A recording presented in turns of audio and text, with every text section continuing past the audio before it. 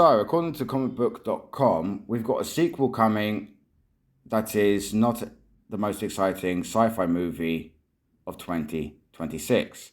Now, from the title, sequel to 750 million sci-fi masterpiece coming next year isn't even 2026's most exciting sci-fi movie. What movie?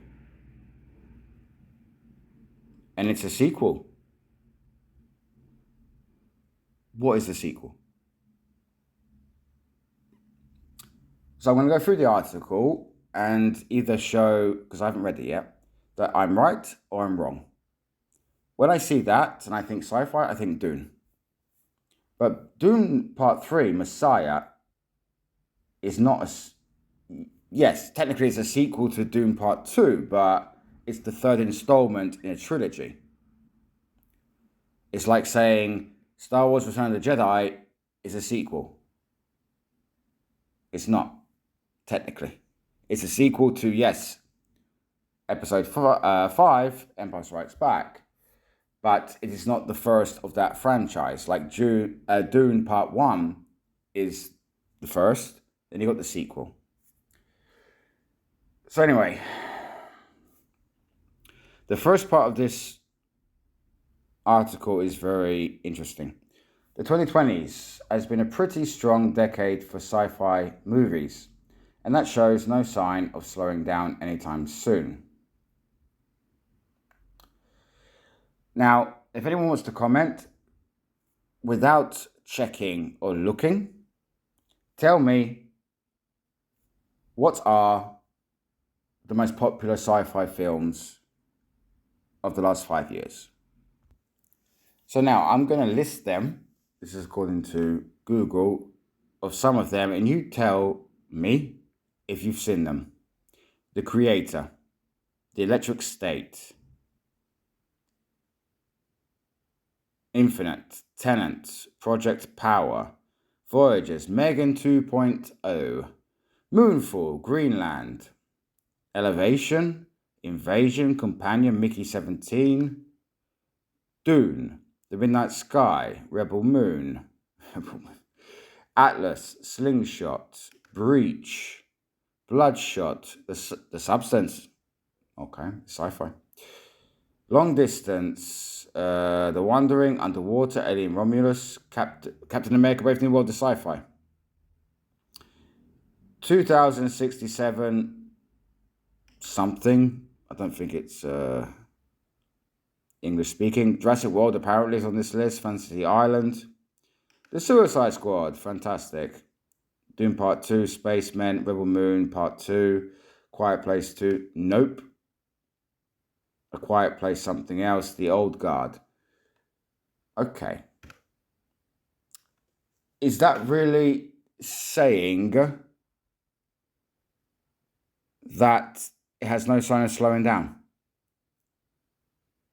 Now, this article lists with releases such as Dune, Everything Everywhere All at Once, which apparently now is sci-fi, Avatar: The Way of Water, which apparently is, you could argue is sci-fi, and Poor Things. Poor Things is an adaptation of Frankenstein. Okay, people that don't know. It is a way, in a sense, of Frankenstein, in the sense of it's not in a male monster body, it's in a female. They take the brain of a child and put it into a adult female body. I've not seen it, but I know that much. Isn't it a bit similar to Alien Earth that's come out recently that I have not seen, but I've seen the reviews? Shout out to Neurotic and to Muller for that. That they put young people's minds into robots. What is Hollywood's fetish with this? You got to think about that. So we've seen some of the biggest and best the genre has to offer. Really? 2001: Space Odyssey, Star Wars, Blade Runner.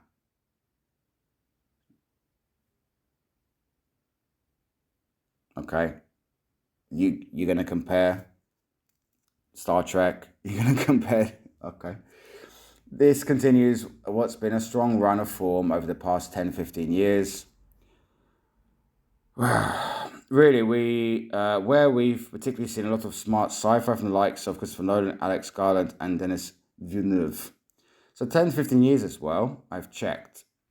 Again, you got The Creator, Arrival, Under the Skin, Ex Machina, Predestination, The Martian, Edge of Tomorrow, which I love, Blade Runner, fuck off, Looper, Inception apparently is sci-fi,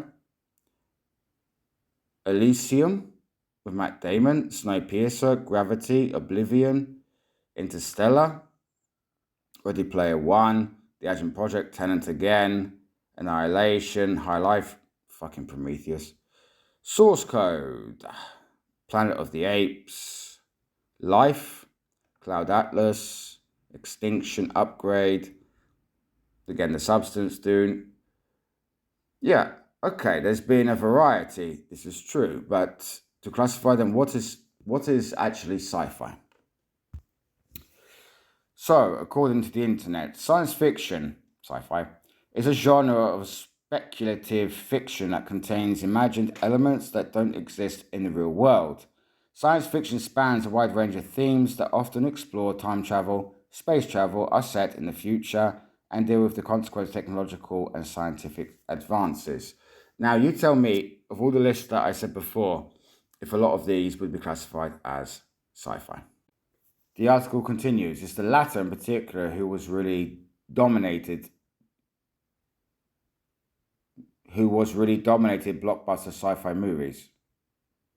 Who wrote this? Over the past decade, especially with his Dune movies, Dune Part 2 was a bona fide sci-fi masterpiece that will rightly go down as a classic in the genre, in brackets. Though, for my money, so should his Arrival on Blade Runner 2049. Okay, so you're kissing Denis Villeneuve's ass. I like his films. I liked Arrival. I did not like Blade Runner 2049. A sequel did not need to be made, of course. I'm a huge fan of ancient history, so I liked the idea of Arrival. And I'm a big fan as well of aliens and stuff like that. So that was extremely interesting. He's a great director. He makes me worried when he comes out and says dialogue is not necessary. However, his films are beautifully shot. And we will see this because if many of you don't know, Denis Villeneuve is directing the new James Bond for Amazon. And given it pulled in well over 700 million at the box office, critical acclaim and Oscars buzz, a sequel is inevitably on the way. Dune Part 3 will adapt Frank Herbert's book, Dune Messiah. It's scheduled for release on December 18th, 2026, a Christmas one. I don't know if I agree with that, to release Dune at a Christmas period. For me, it would be better around springtime, I think. Christmas is Christmas, guys. We all love Christmas, and Christmas has to be full of these things. However, films do well at Christmas. I mean, Star Wars as well, The Force Awakens was released at Christmas, and regardless if we love that film or not, 2.2 billion is nothing to laugh at. And this is going to also, we're going to see this Christmas what's going to happen, because we have as well Avatar 3, Fire and Ash, and the final season of Stranger Things, which is coming out respectively on the 29th of November. I think it's 3 episodes. The 24th of December, 3 episodes. And New Year's Eve, which is the finale, which will be a 2-hour finale, which is being released in America.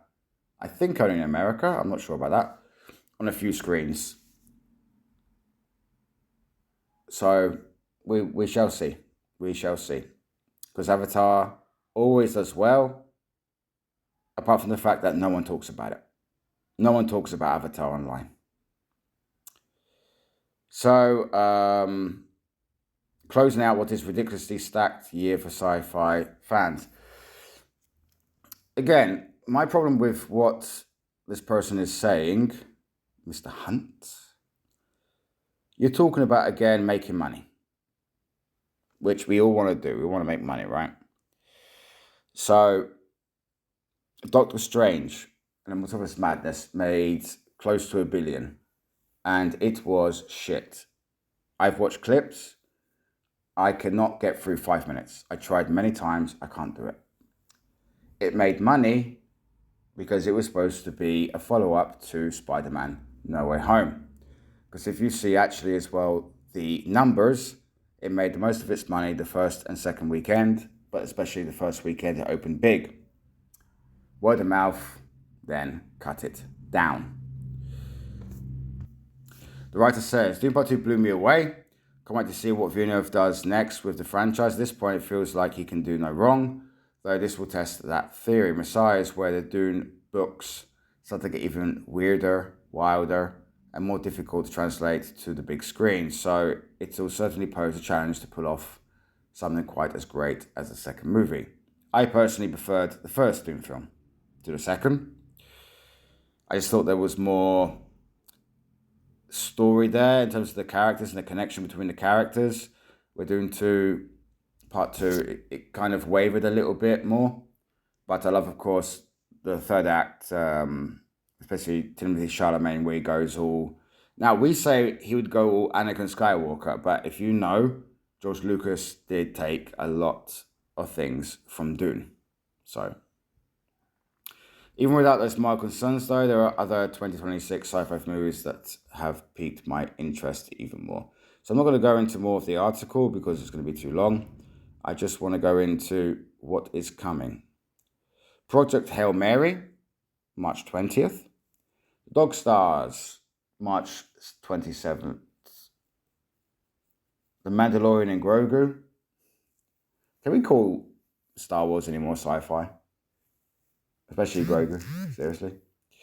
May 22nd, Master of the Universe with our good friend Jared Leto, who cannot make a film that comes out and make money.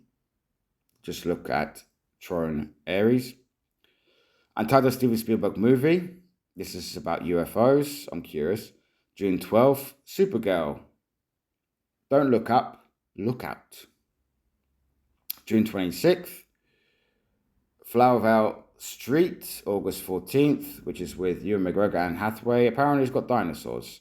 And the biggest one, of course, Avengers Doomsday, which is going to go head-to-head with Doom Part 3. I would love for Doom Part 3 to beat Avengers Doomsday at the box office. I would love it. I would love it. Because many fans, real fans, are not happy with Robert Downey Jr. playing Doctor Doom, nor the costume. Again, the trailer apparently is imminent. It's coming. But I would love for Doom Part 3 to beat it. It would be fantastic. I say, guys, a reminder, we've got Stranger Things coming, season 5. And we've also got Avatar Fire and Ash. And regardless of how good or bad that film is, it's very curious to see how much money it's going to make.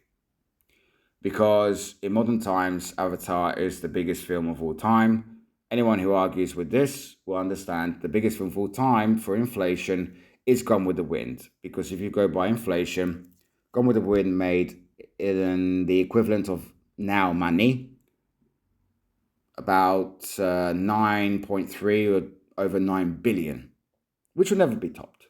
Never be topped. All right, guys, let me know what you think. I'll talk to you soon. Later. Oh, and before I go, what will be the biggest sci-fi film of 2026? Leave a comment. Let me know. If you want to push a like, that'd be great. If you want to subscribe, that would be fantastic. See you soon, guys.